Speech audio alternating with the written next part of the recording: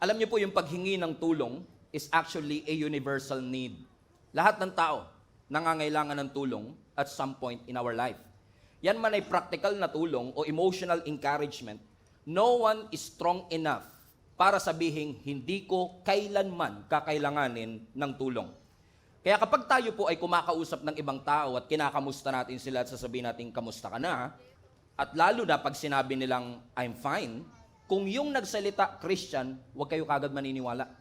Hindi naman nila gustong magsinungaling, pero may mga sitwasyon lang talaga at problema sa ating buhay na mas madaling sabihin, I'm fine, kesa I'm not fine. May mga sitwasyon lang siguro sa buhay natin na masyadong personal at problemang masyadong malalim na parang mas gusto ko nang sabihin, okay lang ako, kesa ikwento ko sa iyo kung bakit hindi ako okay. Which goes to show, mga kapatid, na hindi na natin dapat kino-question, kailangan ba ng katabi natin ng tulong? Obviously, kung hindi mo kailangan ng tulong ngayon, mag-antay ka lang. After 3 months, you might need one. Lahat tayo kailangan at mangangailangan ng tulong, pero ang mas magandang tanong siguro, kapag kailangan mo na yung tulong, kanino ka tatawag para doon sa tulong na iyong kailangan? Because everyone is looking for help. Maaring ikaw ay umaasa ng tulong sa pera, sa koneksyon, sa edukasyon, sa mga relationships ng iyong buhay. But if you're old enough like me, marirealize nyo po na tayo pong lahat ay darating sa tagpo ng ating buhay na marirealize natin hindi sapat ang ating kakayanan. Darating po tayo sa sitwasyon ng ating buhay na ma-overwhelm ka sa tindi ng mga responsibility at sa tindi ng mga pressure sa iyong buhay that you will experience loss of a loved one, loss of a job, loss of a business, loss of an opportunity, at kapag ikaw ay nawalan, kapag ikaw ay natanggalan, siguradong madidiscourage ka, mapo-frustrate ka, or even worse, for some of us, tayo ay magluluksa. Everything that you have dependent on ay para bang tinanggal ng ating Panginoon. Inabandona ka ng mga parehong taong inasahan mong tutulong sa iyo. Yung pakiramdam mo, lahat na lang tinanggal ni Lord. Lahat na lang nawala sa iyo. Kabuhayan, kalusugan, kaibigan, and is it as if you feel like you are flying without wings. Na lumilipad ka pero unti-unting tinatanggal ng Panginoon ang iba't ibang aspeto ng buhay mo na iyong sinimulang panampalatayanan.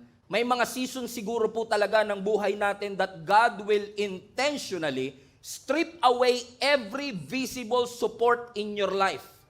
Mga pakpak sa iyong buhay, hindi para patayin tayo, hindi para ipahamak tayo, kundi para turuan ang bawat isa sa atin that when everything fails in your life, God will never fail. Bumagsak man, huminto man, iwanan ka man ng iba, kalimutan ka man ng iba, ang Diyos hindi tayo papabayaan at ang Diyos ay hindi tayo kakalimutan.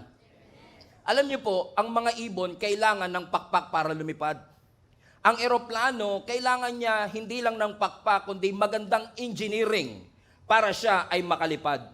Napansin niyo ba, mga kapatid, kapag tinanggalan mo ng pakpak ang ibon, hindi na siya makakalipad. Kapag tinanggalan mo ng pakpak ang eroplano, hindi ka na makakalipad. Na minsan, iaalaw talaga ng Panginoon na tanggalin ang mga safety net sa ating buhay. Tatanggalin ng Panginoon ang mga pakpak natin para ma-realize natin na wala tayong pwedeng sandigan, wala tayong pwedeng paniwalaan, kundi ang ating Panginoon lamang. Naalala niyo po ang mga Israelites nung sila ay naglalakbay mula Ehipto patungo ng Promised Land? 40 taon silang nasa wilderness. Wala silang farm. Hindi sila lumaki sa farm. Wala silang wells, wala silang balon, wala silang supermarket. Pero ang Diyos, out of nowhere, nag-provide ng manna from heaven na nag-sustain sa kanila. Wala silang supermarket, walang Pure Gold, walang KFC, walang Jollibee. Pero kahit mawala ang natural ways to provide, laging may supernatural na pamamaraan ng ating Panginoon. Si Elijah sa panahon ng tagutom na siya din ang nag-declare. Ang sabi ng scripture, pinapunta siya ng Panginoon sa isang brook at araw-araw, twice a day, naghahatid yung raven ng pagkain at meat sa kanya. Raven na scavenger, raven na madamot sa pagkain, pero ginamit ng Panginoon. Bakit? Huminto man ang natural na pamamaraan to provide, God will always supernaturally provide for each and every one of us. Kung hindi pa rin kayo kumbinsido, maaaring narinig nyo na po ang kwento ni Peter. Si Peter na humakbang at lumakad sa ibabaw ng tubig. Nung si Peter ay lumalakad sa ibabaw ng tubig, wala tayong makikitang kahit anong visible support. Wala siyang salbabida. Amen. Wala siyang lifeguard. Pero kahit wala siyang salbabida, walang visible support. Pero yung salita ng Panginoon na kanyang pinanghawakan ang naging dahilan kung bakit nanatili siya at nakakalakad sa ibabaw ng tubig. Siguro kilala niyo si David. Si David, nung nilabanan niya si Goliath, wala siyang experience. He doesn't qualify for the height. Wala siyang armor, wala siyang espada, wala siyang military might. Pero dahil siyang inanoint ng ating Panginoon, wala man siyang pakpak, wala man siyang resources, pero hanggat nasa kanya ang Panginoon, alam natin ang nangyari, he defeated Goliath in a graceful way. Kilala naman siguro natin si Moses, mga kapatid, na pinili ng Panginoon para maging spokesperson niya at i-deliver ang nation of Israel. Amen? Spokesperson pero bulol. He doesn't have the eloquence. Wala siyang title, wala siyang charisma, pero ginamit siya ng Panginoon na deliverer ng nation of Israel upang ilabas ang kanyang bayan mula sa pagkaalipin. Bakit ko ito sinasabi? Paalala sa bawat isa sa atin that when everything fails in your life, God will never fail. Sabi mo sa katabi mo, God will never fail. Ang Diyos natin hindi sasablay. Ang Diyos natin hindi makakalimot. Ang Diyos natin ay hindi magkukulang. Kilala niyo siguro si Gideon. Si Gideon sa Judges chapter 6 ay binigyan ng Panginoon ng isang special na assignment. At ang assignment ni Gideon, maging deliverer din katulad ni Moses. Papangunahan ni Gideon ang nation of Israel against the Midianite. Alam natin ang storya, bago ko mawala 2 weeks ago, paulit-ulit nating binabanggit at pinag-aaralan ng buhay ni Gideon. Si Gideon, habang siya'y tinawag ng Panginoon na maging deliverer, nagtatago siya sa kanyang takot. Nagtatago siya sa kanyang insecurity. Kumbinsidong-kumbinsido siya na yung pamilya nila ang pinakamahina sa kanilang angkan. Kumbinsidong-kumbinsido siya na siya ang pinakamahina sa kanyang buong pamilya. Pero nakita siya ng Panginoon in the midst of his insecurity. At ang sabi ng Panginoon sa kanya, "You are a mighty warrior." And God being true to His word, sabi ng scripture, si Gideon, ginather niya ang 32,000 soldiers para pangunahan ang Israel sa pakikipaglaban sa mga Midianites. Nung nakita ng Panginoon ang 32,000 soldier, this is what God says, Judges chapter 7 verse 2. The Lord said to Gideon, "You have too many men. Masyado kayong marami. I cannot deliver Midian into their hands, or Israel would boast against me. My own strength has saved me." Ano sabi ng Panginoon? Masyado kayong marami. Kailangan yung bawasan yung 32,000 hanggang maging 300. Hold on a second. Yung 32,000 naging 300. At ang kalaban nila, libo-libo. Hindi ba suicide mission yan? Kapag 300 lang kayo at ang kalaban nyo libo, ang safe approach, Lord, padala natin lahat ng 32,000 na ito nga 32,000, hindi tayo sure. Pero ano sabi ng Panginoon? Bawasan mo. Minsan talaga si Lord ganun, no? Minsan ang mathematics ni Lord, subtraction muna bago multiplication. Kasi minsan tayo, excited na tayo sa multiplication, pero minsan ang pamamaraan ng Panginoon, bawasan nyo muna yung 32,000. I'm not trying to kill you, I'm trying to teach you to depend on me. Bakit? Balik mo yung verse na, kasi kapag nanalo kayo sa 32,000, iisipin nyo, pakpak nyo ang nagpanalo sa inyo. Iisipin nyo, lakas ninyo ang nagpanalo sa inyo. Pero hayaan mo kung tanggalin ang pakpak mo. Hayaan mo kung tanggalin ang numero at galing ninyo. Hayaan nyo kung ma-realize yung outnumbered kayo. At kapag nanalo kayo ng 300 lang kayo, doon nyo marirealize that you can fly without wings as long as God is with you. Pinapatunayan lang ng Panginoon sa atin, mga kapatid, ngayong araw na ito, na ang tunay na katagumpayan ay makikita natin hindi sa strategy, hindi sa lakas. Ang tunay na katagumpayan ay makikita natin sa pamamagitan ng presensya ng ating Panginoon. Na minsan, hahayaan talaga ng Panginoon na bago kanya i-release, kailangan niyang tanggalin at putulin muna ang iyong mga pakpak. That sometimes subtraction is God's strategy for your multiplication. Hindi ko alam, siguro kaya hindi kayo nag-amen kasi pakiramdam nyo, parang lahat naman nadadagdag sa inyo. Sabi mo nga, Pastor, 2025 is a year of more. So I've been asking the Lord for more. Pero what if, pagdating ng December, lahat ng binigay sa iyo ng Lord na more, tatanggalin din ng Panginoon? Not to punish you, not to kill you, but to teach you that you cannot depend on these things. Hindi mo pwedeng paniwalaan at dependihan ng iyong pakpak para ikaw ay makasoar ng mas mataas. Ang ibon kailangan ng pakpak para makalipad. Ang eroplano kailangan ng pakpak para makalipad. Pero have you ever wondered why ang rocket nakakalipad na walang pakpak? Bakit? Hindi lahat ng lumilipad kailangan ng pakpak. I believe this is a good illustration, a reminder for each and every one of us. Masyado na ba tayo nakadepende sa mga pakpak natin? Sa business natin, sa education natin, sa connection natin, sa society that we are in, sa government natin, na yung mga bagay na ito ang magdadala sa atin patungo sa katagumpayan? Pero kapag tinanggal ng Panginoon, dun mo lang nare-realize, oo nga masyado ako nagdepende sa maraming bagay, akala ko hindi ko kayang mabuhay, hindi ko kayang makasurvive, pero nung tinanggal ng Panginoon, yung job security, alala nyo, di ba, nung nagtatrabaho kayo, sabi, huwag kayo dyan sa mga freelancer na yan. Kailangan doon kayo sa trabaho na may security. Ikaw naman, masyado ka nakadepende sa job security kasi nga, yung trabaho mo 25 years ka na. Nung nag-pandemic, ikaw pa yung unang tinanggal. Takantaka ka ngayon. Kala ko job security to. Alam niyo kung bakit? Because your job can give you a salary. But only God can give you a security. Amen. Si Lord lang makakapagbigay ng security. Amen.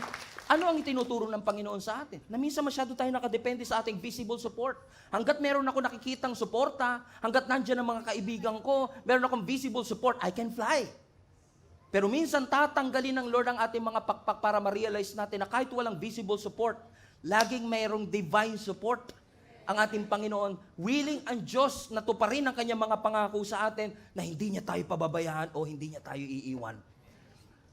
Napansin niyo po ba yung saranggola? Wala siyang engine, wala siyang pakpak, pero nakakalipad siya. Hindi dahil may makina siya, hindi dahil may pakpak siya, nakakalipad siya dahil sa hangin. Naunawaan niyo mga kapatid, sino sa inyo nakakakita ng hangin? Naaamoy ko yan minsan, Pastor, pero hindi ako nakakakita ng hangin. Why? Because the kite can fly. Masin niyo, wala siyang engine, wala siyang pakpak, but he can soar. It can soar. Kaya niyang lumipad sa alapap na walang visible support. Ano lang sumusuporta sa kanya?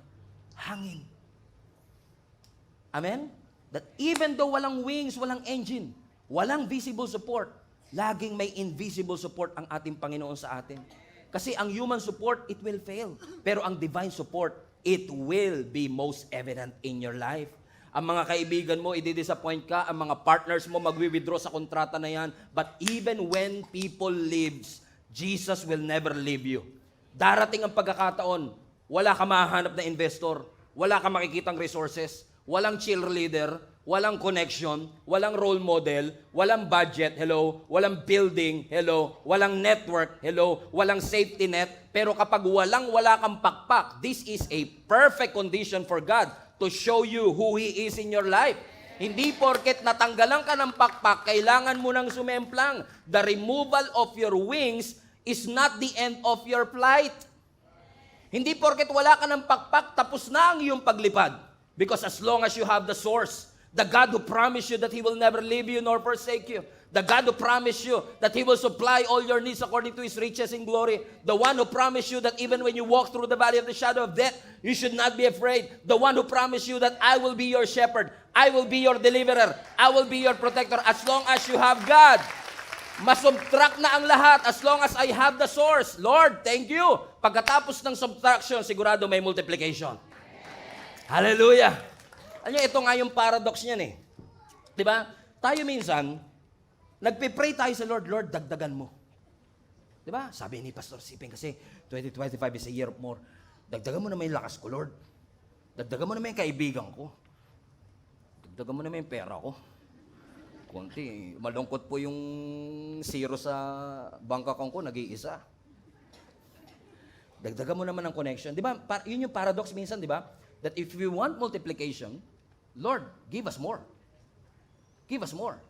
Pero what if I tell you, mga kapatid, na ang mathematics ng Lord for multiplication is not just adding more, but subtracting more so that God will multiply the less that you have.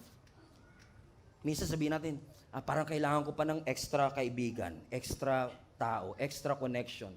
Kailangan ko ng mas malaking pakpak para mas maging mataas ang aking paglipad. Ang sabi ng Panginoon, alam mo, ang kailangan mo, hindi malaking pakpak, kundi malaking pananampalataya sa akin. Kasi minsan, bago ka iangat ng Panginoon, huhubaran ka muna niya. Bago ka paliparin ng ating Panginoon, tuturuan ka muna niyang magtiwala sa Kanya. But are you willing to trust God kahit na babawasan muna ni Lord bago niya i-multiply? Katulad ng mga sculptor. Di ba yung mga sculpture? Correct me nga, sculpture. Di ba? Di ba yung mga nag-sculpture? Di ba? May mga clay yan o putik. I don't know kung ano yung ginagamit. Di ba? Putik. Para makakreate siya ng isang masterpiece, hindi pwedeng dagdag lang siya ng dagdag ng clay.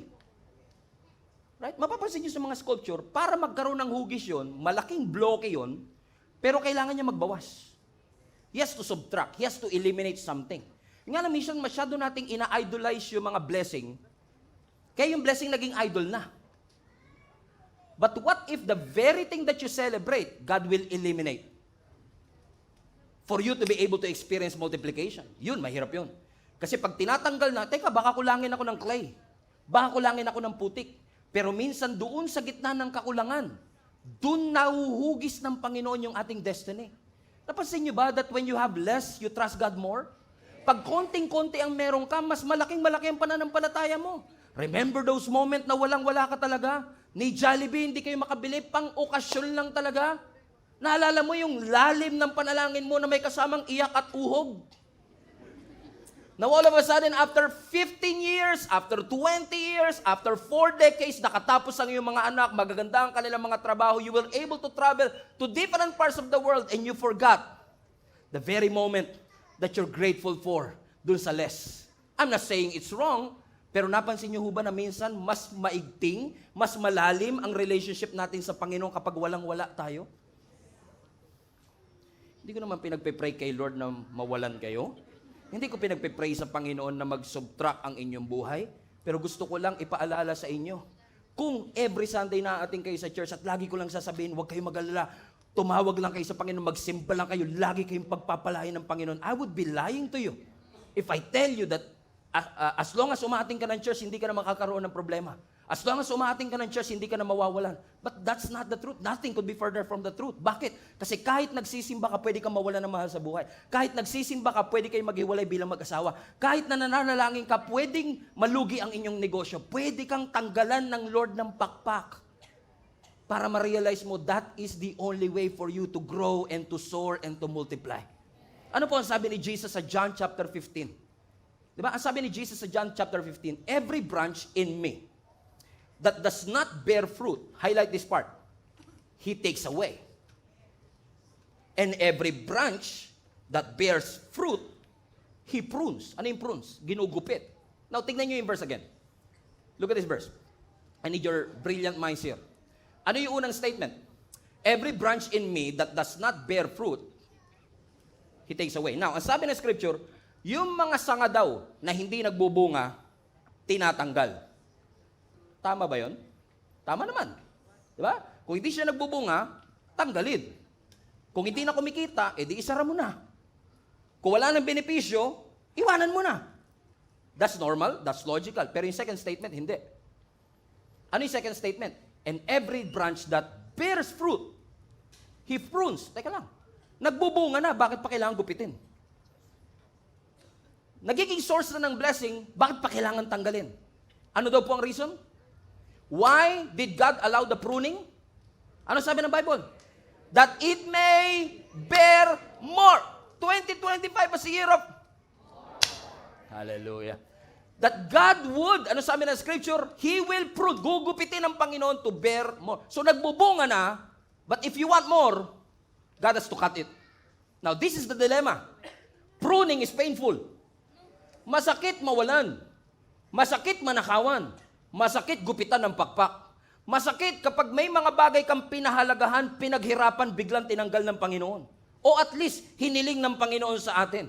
But sometimes, yung mga pruning na yan is necessary for you to what? To bear fruit. Question, do you want to bear fruit? Yes. And you might be bearing fruit now. But if you want to bear more fruit, subtraction has to happen. Elimination has to happen. Pruning has to happen. Tingnan nyo, hindi kayo maka-amen. Kasi baka nakikinig yung angel. Baka pag sinabi kong amen, tanggalin niya. Baka bigla kami mag-break, bigla magsara yung... Come on now. Amen? Why? Because pruning is what? Is painful. Amen? Look at Apostle Paul, for example. Now, si Apostle Paul, kilala naman natin siya, he wrote 66% of the New Testament. Si Apostle Paul, bago po siya mamatay, alam niyo si Apostle Paul, ilang beses po yan nakulong. Hindi dahil sa krimen, hindi dahil sa flood control. Okay. Okay. Yung mga pumalakpak, binahayan. Tama. Okay. So, si Apostle Paul, we remember him. He was in prison many, many times because of his faith. And one time, when he was in prison, he's writing a letter to Timothy, he recalls something. Naalala niya, nung siya ay nililitis sa harap ng Senado, okay, na nung hinarap si Apostle Paul sa harap ng mga religious court, nung tinignan niya ang kanyang kaliwa, tinignan niya yung kanyang kanan, wala siyang kasamahan sa church, wala siyang kaibigan, pakiramdam niya, nag-iisa siya. Bakit? Minsan talaga, kailangang tanggalin ng Panginoon ang ating pakpak. Because God doesn't want you to depend on your business partner. God doesn't want you to depend on the stock market. God doesn't want you to depend on your education. All of these are important and good. But God wants you to depend on Jesus more. Naalala ko yung rich young ruler sa Bible na lumapit kay Jesus Christ. Rich young ruler, also known as Daniel Padilla. Kasi nasa kanya na lahat eh. Rich young ruler. Okay, nasa kanya na lahat eh. Rich, ibig sabihin nasa kanya yung wealth. Young, ibig sabihin nasa kanya lahat ng oras. Ruler, ibig sabihin may power siya. So imagine, you have the time, you have the wealth, you have the power. And yet, rich, young, ruler, may tanong pa rin. Alam niyo kung bakit? Merong God-sized void sa puso mo na hindi kayang punan ng kahit anong power, wealth, or time that you have. And then he came to Jesus Christ. Sabi niya, Teacher, Rabbi, sabi niya kay Jesus, what must I do to inherit eternal life? Which is a wrong question, by the way. Amen? Because nakadepende kagad siya, anong pwede kong gawin? Akala niya kasi kaya niya i-manipulate ang lahat. But honestly, kahit anong pagpapakita mo, kahit anong gawin mo, you cannot earn your way to your salvation. You cannot earn your way to God's love. God's grace is a favor that you should receive, not earn. So, pero mali ang kanyang tanong. Sabi niya, what must I do to inherit eternal life? Alam mo, sabi ni Jesus sa kanya, ibenta mo lahat ng ari-arian mo. Subtraction. Correct? Mayaman siya eh. Nasa kanya na lahat. He is bearing fruit. Pero sabi ng Lord, benta mo. Prune. Ito yung rason kung bakit ganito ako ngayon. Kaya ako influential kasi marami akong pera, may pakpak ako. Now, gusto mong tanggalin ko yung pakpak ko. Sabi ng Lord, sige, sell everything that you have. And you will receive treasures in heaven. Multiplication. So, subtraction has to happen before multiplication. Pwedeng hindi mo gawin, pero hindi mo matatanggap ang multiplication. Correct? Pwede niya naman sabihin, okay na ako sa buhay ko eh. Pero bakit siya nagtatanong ng salvation? Kasi alam niya, kahit may pera, may kapangyarihan ako, may oras ako, may kulang pa rin. And now he's asking, ano ang pwede kong gawin para maligtas? Sabi ni Lord, benta mo lahat ng ari-arian mo. Huwag naman. Lord, gusto ko mag-mature. Sara mo nga tindahan mo pag Sunday. Lord, gusto ko mag-grow. Iwan mo nga yung aso mo mag-isa. Ang mathematics ng Diyos, you want multiplication? You have to subtract. Nasanay kasi tayo mga Christian minsan, yung parang dagdag lang ng dagdag. I need more blessing, Lord. I need more anointing. I need more wisdom. Maganda lahat yun. Pero kung dagdag ka lang ng dagdag, wala kang binabawas, walang Walang paglalagyan. Come on now. So gusto mo bang lagay lang ng lagay si Lord, hindi mo na masalo sa dami ng karga mo? You have to let it go first. Analyze what you have. Analyze your baggage. Maganda libro yan, ha? Baggage man. Parang magandang libro isulat yun, no? Na kailangan. Tanggalin mo ang mga bagahe mo para ikaw ay malayang makasunod sa ating Panginoon. Ano sabi niya? Okay, if you really want to receive that salvation, are you willing to sell everything? Ano sinasabi ng Panginoon? Are you willing na isubtract ng Panginoon ang lahat? Willing ka mabawasan ng followers? Willing ka mabawasan ng project? Willing ka mawalan? Willing ka malugi? Willing ka magkasakit? Lord, if this is the way for me to multiply, go ahead. Katulad ni Apostle Paul, biruin mo ha, nasa loob siya ng kulungan, he was actually in his deathbed, iniisip niya, grabe, nahalala ko, nung nilitis ako, nung ako ay dinala sa religious court, akala ko nandun yung mga kaibigan ko, andun yung mga sumuporta sa akin.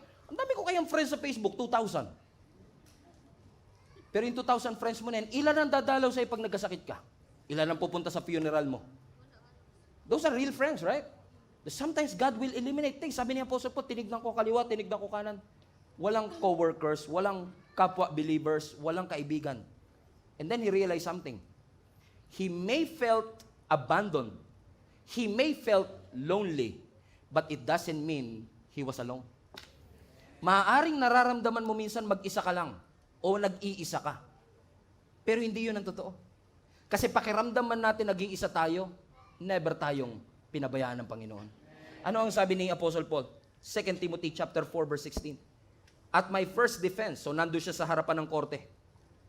No one came to my support. Everyone deserted me. Iniwan nila akong lahat. Tapos na ba yung verse? No. Can we read that next part? Highlight this part. But the Lord stood at my side and gave me strength. Now everyone abandoned me. And yet, in the moment of my isolation, I realized, hindi pala talaga ako nag-iisa. Kasama ko pala talaga ang ating Panginoon.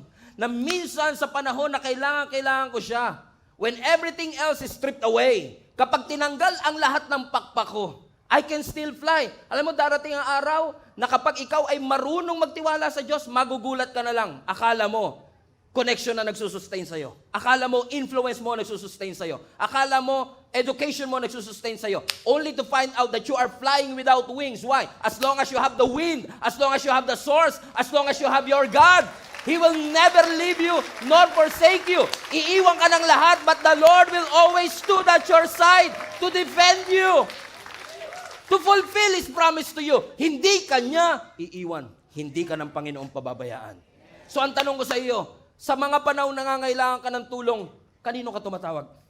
Ano ang una mong, madaling sabihin, kay Lord, kay Lord, kay Lord. But actually, pagka may financial issue, anong una mong hinahanap? Kumbay.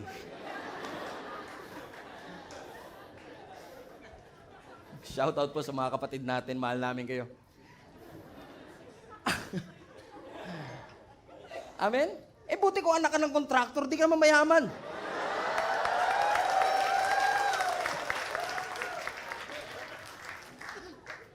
Naghahanap ka ng visible support. Magugulat ka na wala na pala akong pakpak.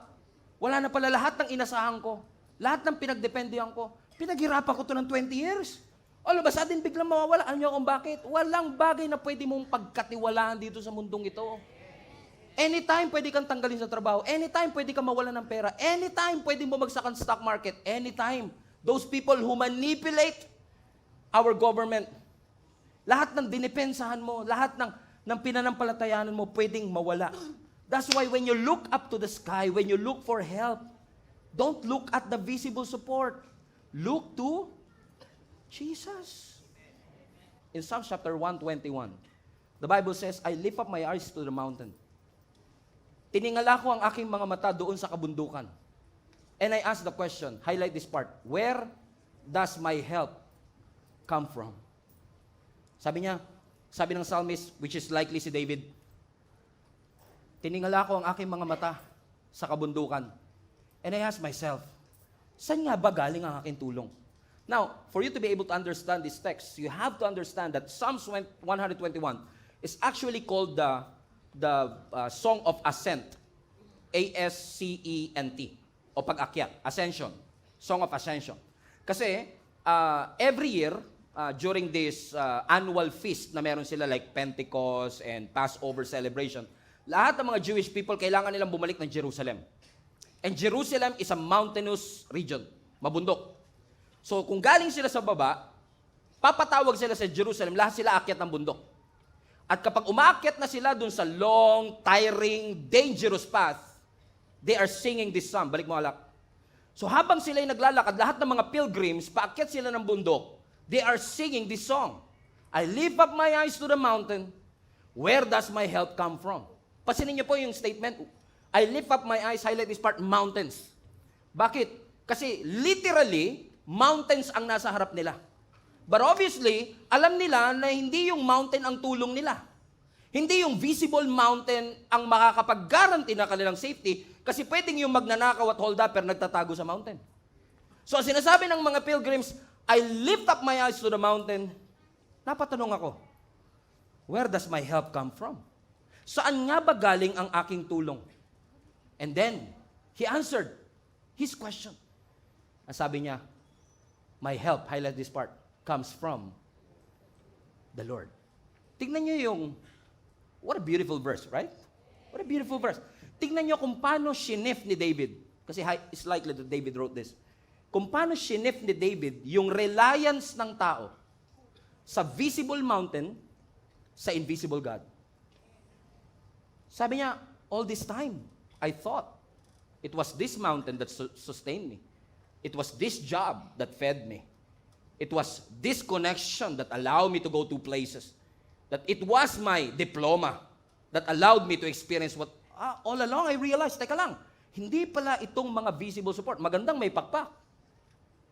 Pero when I look up to the mountains, I realize, my help comes from, not from my bank, not from my government, not from my education. My help comes from the Lord, which is invisible. So ang tunay na tulong, hindi mahahanap sa geography. Ang tunay na tulong, hindi makikita sa politics or human effort. Ang tunay na tulong na kailangan mo, divine. Hindi mo makikita, pero paulit-ulit kang tinutulungan na sinusuportahan ng Panginoon. Marami sa inyo, alam nyo naman na yung storya ng buhay ko, di ba? Lumaki kami sa squatter. Dumating ang napakaraming pagkakataon na nagsabi ng yes ang tatay ko sa Panginoon. I still remember nung I think I was grade 3, grade 4 at this time. Tanghalian yun, pinatawag kami ng nanay ko. And by the way, this is a true story. God is my witness. Pinatawag kami ng nanay ko.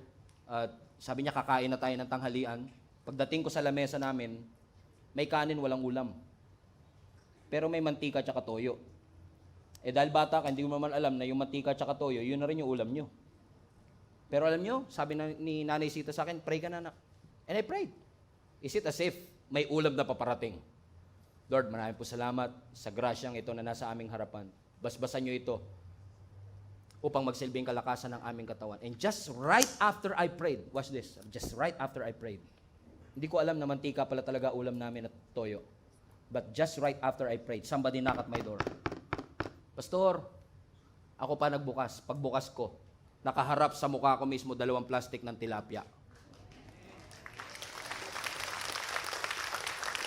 Bakit? Sabi niya, nag-fishing po kasi ako parang pinapabigay po ni Lord, wala naman po kasing kakain ito sa amin. What a timing, by the way. I believe that's not a coincidence. And then that moment I realized, when I look up to the mantika, when I look up to the toyo, where does my help come from? Where does our food come from? Our food comes from the Lord. God will provide. Everybody say, God will provide. God will provide. God will provide. God will provide. Sa pananaw ko, mantika at toyo na lang ang solusyon, pero ang Diyos may ibang paraan.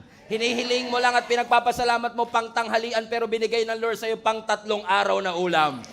Bakit? Hindi mo pwedeng asahan ang tao, ang society, pero lagi mong pwedeng asahan ng Panginoon. He's going to provide always. Amen? Yung mga bagay na akala mo, hindi malulugi, meron pa tayong future proof, siguraduhin natin in the future, it will stand the test of time. Good, sure. But many people does that. You remember Titanic, right? Sino sa inyo familiar sa Titanic? Dahil kay Jack and Rose. No. Are you familiar with Titanic? Alam niyo yung Titanic, na mas kilala lang kay Jack and Rose, no? Pero yung Titanic is one of the biggest and most secure na ship that was ever created on their time. Alam niyo po ba, when you research this, 1912, sabi ng history, they built this massive ship, Titanic. At alam niyo ba, nung minarket nila at in-advertise nila itong cruise ship na ito, ang advertisement nila, this is designed to be unsinkable. Ano ibig sabihin ng unsinkable? Dinesign to para lumutang. Hindi nyo ito mapapalubog. May mga nagbiro pa, challenge yung marketing nila, baka kahit Diyos hindi yan kayang palubugin. Why? Kasi they were impressed sa bakal, they were impressed sa engineering, and ang sabi nila, this possess an advanced safety protocol. Safety o security features. Meaning, very safe ito. Hindi ito lulubog. But many people don't know na when they launch it, ang pinakaunang biyahe niya is the Titanic movie. Pinakaunang biyahe niya, lumubog siya. 4 days after ng launch. 4 na araw pa lang mula nung sabihin nilang, it was designed to be unsinkable. 4 days pa lang pagkatapos nilang sabihin, kahit Diyos, hindi ito kayang palubugin. 4 days pa lang pagkatapos nilang sabihin, grabe naman ang engineering niyan. 4 days pa lang pagkatapos nilang sabihin, grabe, it has the advanced security features. And yet, 4 days later, lumubog yung Titanic. Ano ibig sabihin mga kapatid? Impressive ang kanyang engineering. Impressive ang kanyang materials. Safe daw yung kanyang features. Maganda raw ang kanyang pakpak. Pero kahit gaano katibay, kahit gaano kaganda ang engineering, walang unsinkable. Walang bagay na pwedeng higit pa na safe sa harapan ng ating Panginoon. What happened to this Titanic? On the very first journey, 4 na araw pa lang siyang bumabiyahe, bagong-bago yung bakal. Bagong-bago yung engineering. Yun, kasi nanunood sila eh. Hindi niya nakita yung icebergs. Salanan ni Jack yan eh. You get what I mean, mga kapatid? Which leads us to our text today in Psalms 20, and I will close with this. Ang sabi ng Psalm 20, which again, more likely David wrote this. Ang sabi ng Psalms 20 verse 6, now this I know. Now you can read this with me now. The Lord gives victory to His anointed. He answers him from His heavenly sanctuary with the victorious power of His right hand. Louder, verse 7. Some trust in chariots, and some in horses, but we trust in the name of the Lord our God. Now this actually, Psalms 20, is a prayer.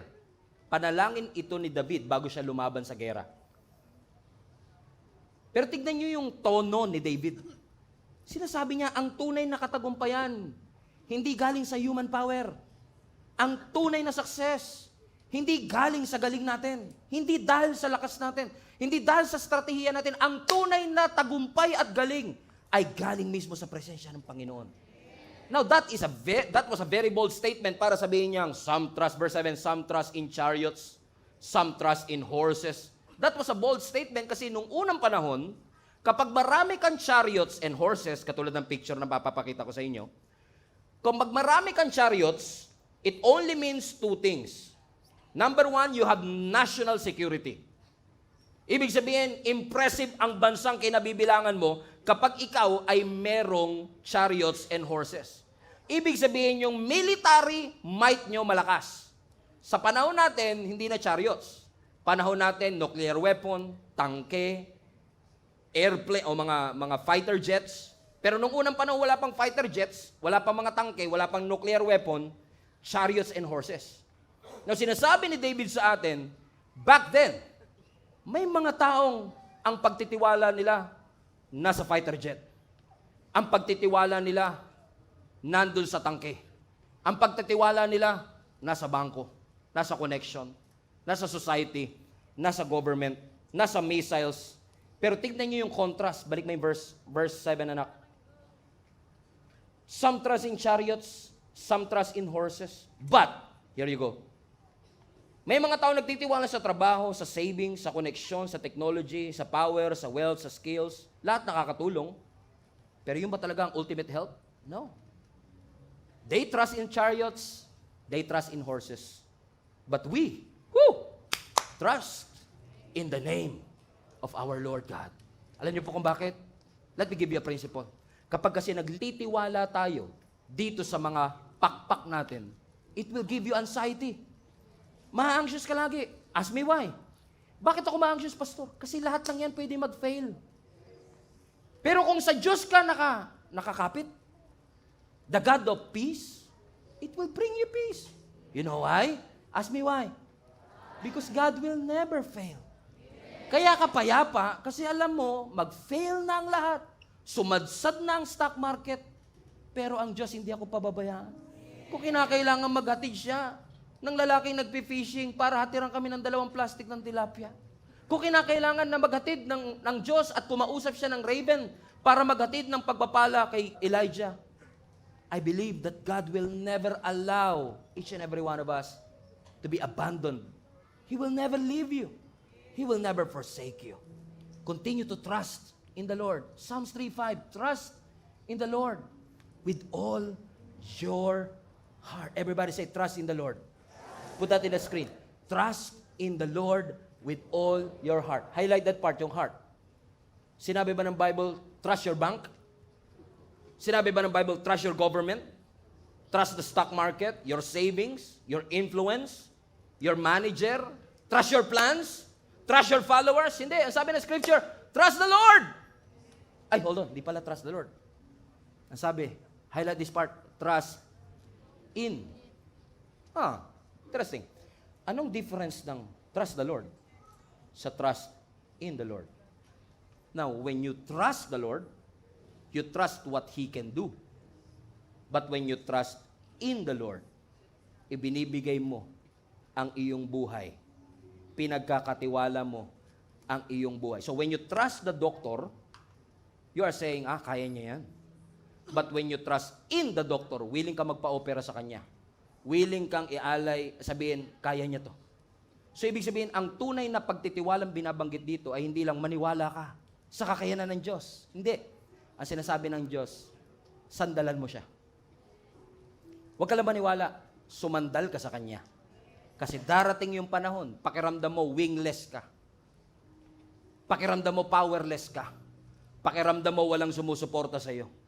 But God is teaching each and every one of us. He is the one who sustains each and every one of us. Nakakalipad ka pa rin ngayon, hindi dahil sa pakpak na nakakabit sa iyo. Nakakalipad ka pa rin ngayon dahil sa Diyos na nasa puso mo. At yun ang pinaka-importante sa lahat. Ang pakpak mawawala. Maraming bagay sa mundo ang mawawala. But your God is more than enough. He is more than enough to supply all our needs according to His riches and in glory. Ang chariot kinakalawang, ang kabayo sumisemplang, pero ang Diyos natin, He will never fail. Magunaw man ang mundo, maaasahan mo pa rin ang Diyos. Hinding-hindi ka papabayaan ng Panginoon. How many among you realize just now, napakarami po natin nandito. We are flying without wings. Akala mo, wings pa nagsusustain sa'yo ngayon? Hindi na po. Diyos na yan. It is the miracle of God. It is the power of God. Ang dami-daming taong mas qualified compare sa'yo. Ang dami-daming taong mas magaling kumpara sa'yo. Ang dami-daming tao na mas deserving kumpara sa'yo. Pero ba't ikaw? Have you realized that ba't ikaw? Kasi may favor ka. Hinahayaan ng Panginoon na lumilipad ka. Akala mo, it was your ability, your skills that sustains you? Not anymore. God already pruned your wings. You are flying without wings now. And you're still airborne. Nasa alapahap ka pa rin. Bakit? Mabuti ang Diyos. Dakila ang Diyos. He will never leave you. He will never forsake you. Sa pagtayo ninyo, pwede ba kayo mag-high five? 3 tao, sabihin mo sa kanya, God will never leave you. God will never forsake you. God will never abandon you. Tignan mo katabi mo, wala nang pakpak yan, pero nakakalipad pa. Wala nang pera yan, pero nakakasurvive pa. Wala nang koneksyon, pero may favor. Amen. Walang material, visible support. But we have an invisible God. Divine help that sustains us through and through. Let's give praise to the Lord. Hallelujah! Hallelujah! Hallelujah! Hallelujah. Every head bow, every eye closed. Raise your hands if you would, please.